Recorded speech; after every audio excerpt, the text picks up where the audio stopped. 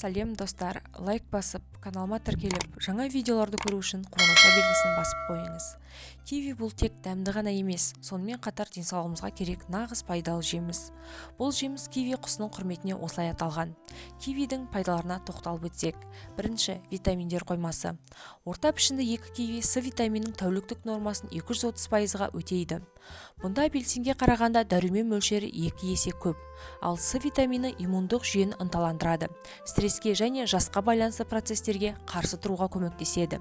Сонымен қатар С витамині темірдің жақсы сіңірілуіне және жаралардың жылдам жазылуына ықпал етеді. Сондай-ақ киви құрамында холестеринді төмендететін және адамның иммунитетін нығайтатын әлеуетті антиоксидант Е дәруменінің бірегей майсыз формасы бар. Екінші, құрамда серотонин көп. Киви жемісінде серотониннің өте көп болуы бұл жемісті ас қорыту және жүрек тамыр жүйесі үшін пайдалы етеді.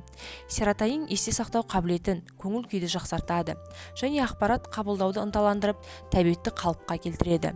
Сонымен қатар серотонин тез және ауыртпалықсыз оянуға ықпал ете отырып, ұйқыны сапалы және сандық түрде жақсартады. Үшінші, құрамда магний мен калий бар. 2 кивиде шамамен 30 мг магний бар. Ал бұл жүйке мен бұлшықеттердің жұмыс істеуі үшін маңызды зат. Сондай-ақ киви калийге бай. Онда калий мөлшері бананға қарағанда 2 есе көп. Ал киви үнемі тұтыну қан қысымын реттейді. Инсульт және бүйрекке тас жиналу қаупін төмендетеді.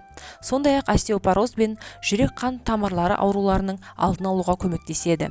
Таңғы аста 1 киви жеу қанды сұйылтатын аспирин секілді тиімді. Сонымен қатар кивиді тұтынғанда жанама әсерлер болмайды және ол әлде қайда пайдалы. Төртінші, тыныс алу үшін пайдалы. Зерттеулер көрсеткендей кивидің құрамында С витамині болғандықтан ол тыныс алу органдарының ауыртпалықты жеңілдетіп, қырылтаудан, жөтелден және демігуден арылтады. Бесінші, көру қабілетін жақсартады. Кивидің құрамында жасқа байланысты болатын көру қабілетінен айырылуға жол бермейтін фитохимиялық лютеин бар. Лютеин сондай-ақ көзімізді еркін радикалдарының зиянды әсерінен қорғайды. Адам ағзасы лютеинді өздігінен синтездей алмайды. Сондықтан оны тек тағаммен ғана ала аламыз. Сондай-ақ кивидің құрамында зеаксантин бар.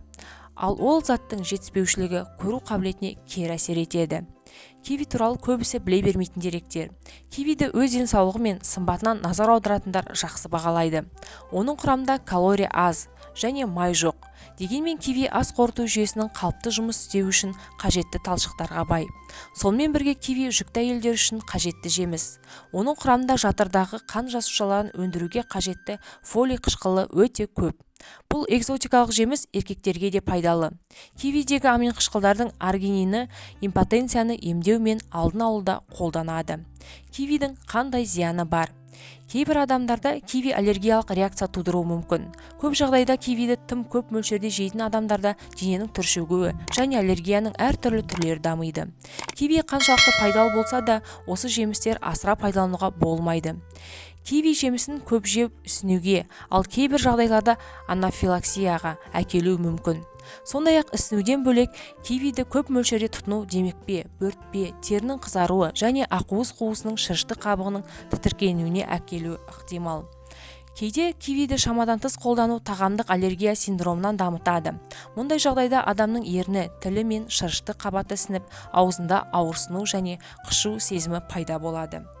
Қазақша каналдың дамуына үлес қосып, лайк басып, комментарий жазып, видеоның соңына дейін қарап, жақындарыңызбен бөлісе отырыңыздар.